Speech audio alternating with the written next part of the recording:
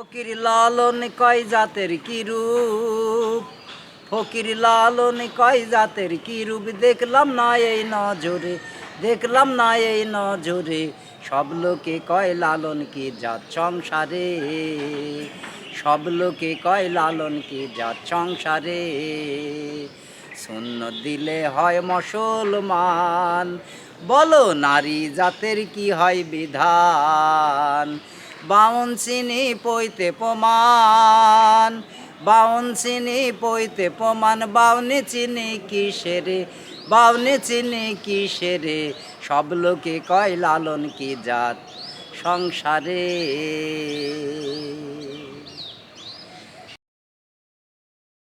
আসসালামু আলাইকুম সবাইকে। আজকে আমরা আছি কুষ্টিয়াতে। আর কুষ্টিয়াতে আজকে আমরা রোজার দিন, কিন্তু তারপর আমরা একটু ঘুরতে বের হয়েছি। সো একদিনে কুষ্টিয়ায় কী কী জায়গায় ঘোরা যায় সেটা নিয়ে আমরা আজকে এই ব্লগটা।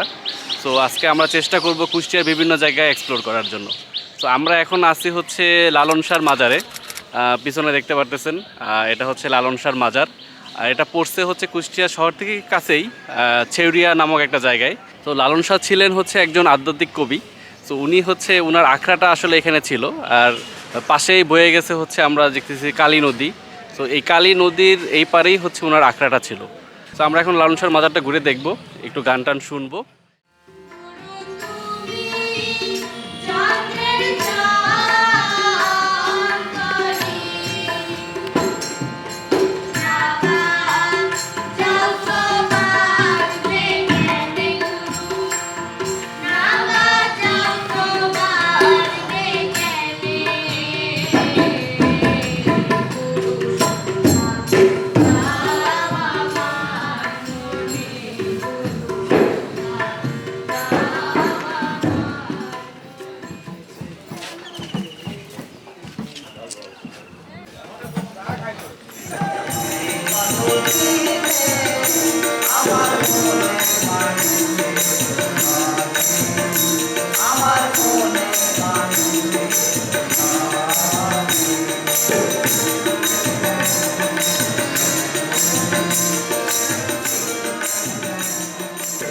তো লালন সাঁইজির এই গান আমাদের আত্মার খোরাক যোগায়। লালন ফকির একজন আধ্যাত্মিক জগতের সম্রাট। উনি শুধু বাংলাদেশে সীমাবদ্ধ না, সারা পৃথিবীতে মানুষের কাছে একজন লালন ফকির।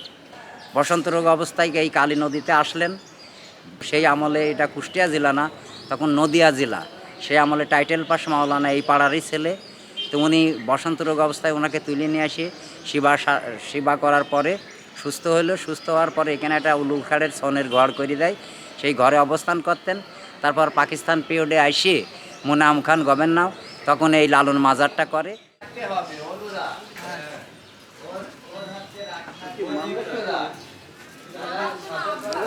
এতক্ষণ আমরা লালন শাহর মাজারটা ঘুরে ঘুরে দেখলাম এবং কিছু গান টান শুনলাম। তো এখন আমরা চলে যাচ্ছি রবীন্দ্র কুটি বাড়িতে। তো দেখা হচ্ছে ওইখানে গিয়ে।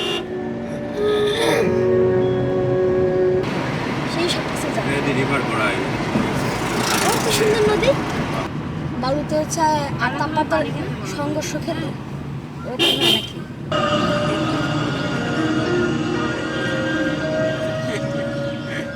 আমরা চলে আসছি কুষ্টিয়ার শিলাইদহের রবীন্দ্র কুটি বাড়িতে।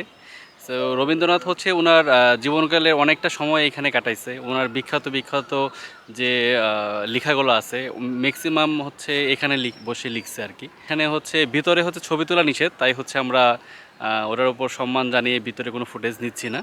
তো আমরা বাইরেটা কিছু ঘুরে দেখাচ্ছি। আর ওই পাশটাতে বকুলতলা আছে, আমরা ওইখানেও যাব। তো ওইখানে পুকুর কাট আছে। তো ওইখানেও রবীন্দ্রনাথ বসে ওনার সাহিত্য চর্চা করতো আর কি। রবীন্দ্রনাথের এই কুটি বাড়িটা চারিদিকে প্রচুর গাছগাছালি দিয়ে বেষ্টিত। তো আমরা এখন যাচ্ছি সেই বকুলতলা বা পুকুর ঘাটে।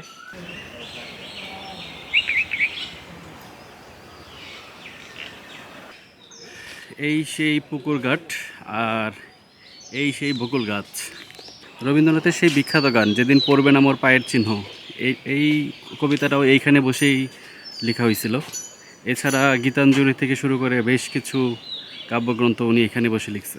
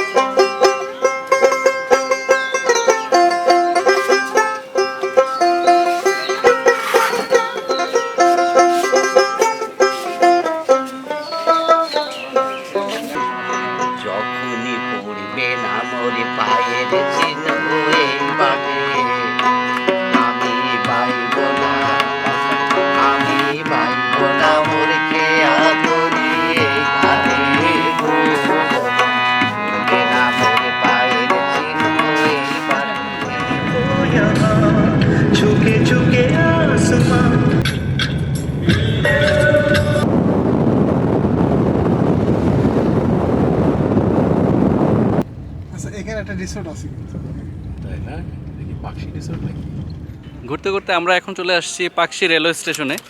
এই স্টেশনটা আসলে অনেক সুন্দর এবং স্টেশনের পাশেই হচ্ছে আমাদের হার্ডিস ব্রিজ, যেটা বাংলাদেশের সর্বোচ্চ রেল সেতু।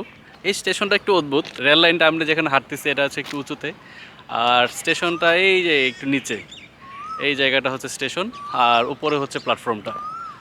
আর আমি যেখানে হাঁটতেছি এই প্ল্যাটফর্মের পাশেই হচ্ছে রূপপুর পারমাণবিক বিদ্যুৎ কেন্দ্রের কাজ চলতেছে। কিছুদিনের মধ্যে হয়তো এটা উদ্বোধন হয়ে যাবে। আমরা এখন চলে আসছি পাকশি হচ্ছে রেল কলোনিতে। তো এইখানে কলোনিটা অনেক সুন্দর, অনেক পুরাতন একটা কলোনি। আর আমার পিছনে যে বগিটা দেখা যাচ্ছে সেটা হচ্ছে বাংলাদেশের প্রথম রেলের বগি বলা যায়। রূপসা থেকে বাগেরহাট 1898 সালে এই বগিটা চালু হয় আর কি।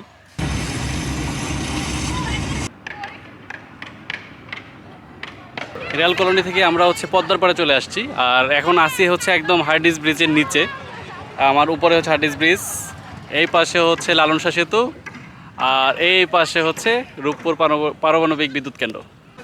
এখন হচ্ছে আমরা একটু নৌকায় উঠবো আর কি, একটু পদ্মায় ঘুরবো।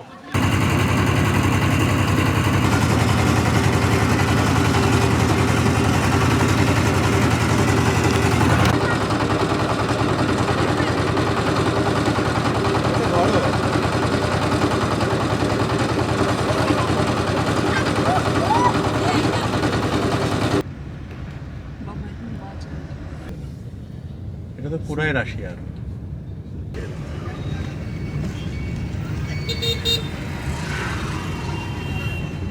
তো এই ছিল আজকের আমাদের ভিডিওটা।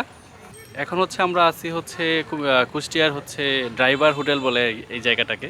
তো এখানে হচ্ছে আমরা ইফতার করব এবং হচ্ছে গরুর মাংস দিয়ে ভাত খাবো আর কি। তো আজকের মতো বিদায় নিচ্ছি, দেখা হচ্ছে পরবর্তী কোনো ভিডিওতে।